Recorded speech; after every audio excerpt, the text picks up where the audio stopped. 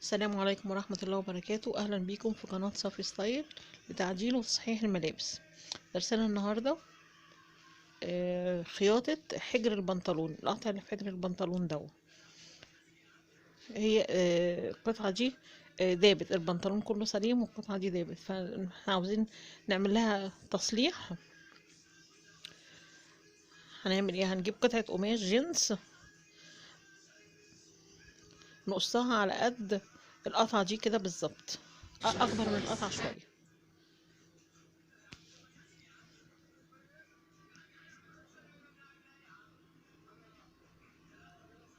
هي قطعة القماش، نص حتة انتهى. بعدين هنبتدي نثبتها من الخلف بدبابيس على مكان القطعة، يعني أكبر من حدود القطعة بشوية. نثبتها بدبابيس.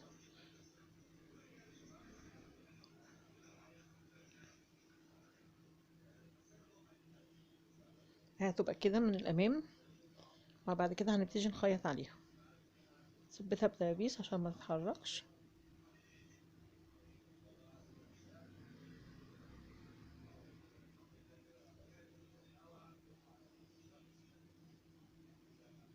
آه، بعدين هنشوف خيط اللون. احنا هنعملها طبعا بمكنة الخياطة. هنشوف أنسب لون للبنطلون عشان لما اخيط بيه ما تبانش الخياطة، لأن الخياطة هتكون من بره على وش البنطلون من بره. فأنا أنسب لون ليه.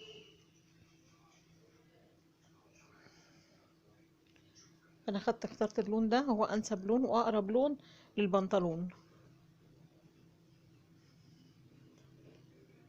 طبعا هنبتدي نشتغل على المكنة.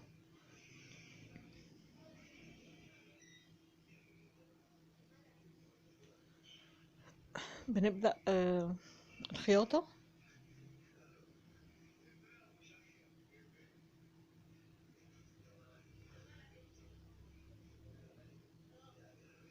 اهم حاجة اني بضم. انا بستعمل في الخياطة هنا الدراع المكنة ده، الدراع ده طبعا موجود في كل المكن، بس ممكن يكون بأشكال مختلفة. ده اللي هو بيمشي المكنة في عكس الاتجاه. ايوه، هو ده اللي بيرجع المكنة كده. اهم حاجة لنجاح الخياطة دي ان يكون لون الخيط مناسب، ويكون ان احنا نقدر نتحكم، نقفل، نضم القطع على بعضه ونبتدي نخيط عليه، ما نسيبش فيه اي فراغ. نضم القطع على بعضه قوي، وبعدين نبتدي نخيط فيه.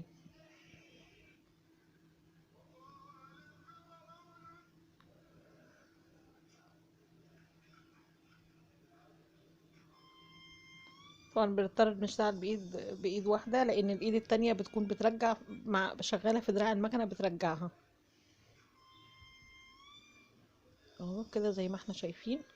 نقفل الخياطه على بعضها، نقفل القطعه على بعضها على قد ما نقدر. نحاول الخيوط البيضة دي اللي هي في نسيج البنطلون نحاول ان احنا نقصها عشان ما تظهرش.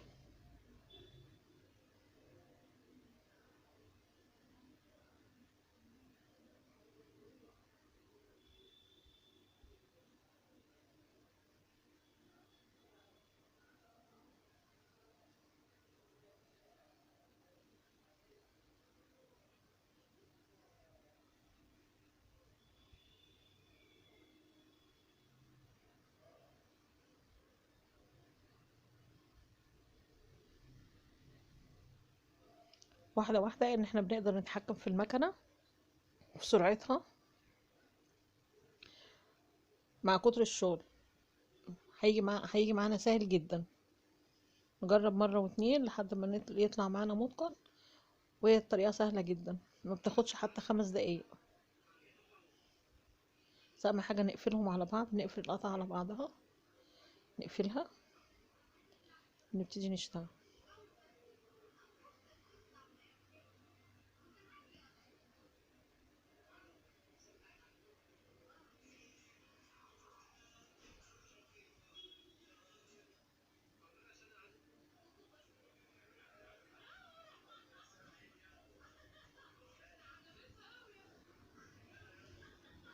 ما تنسوش تدعمونا بشير ولايك وسبسكرايب وتفعلوا في زر الجرس.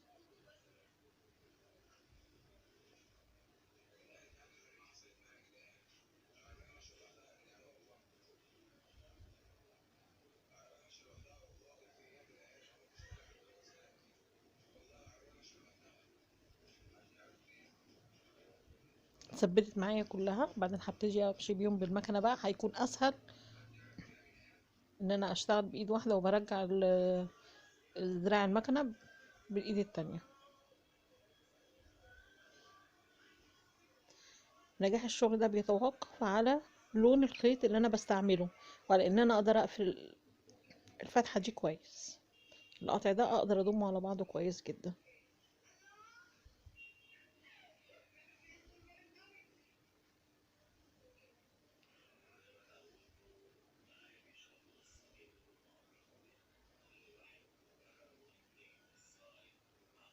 هي كده بعد ما خلصت بقصص الفترة الزيادة، بعدين بشوف القطعة وقطعة تانية.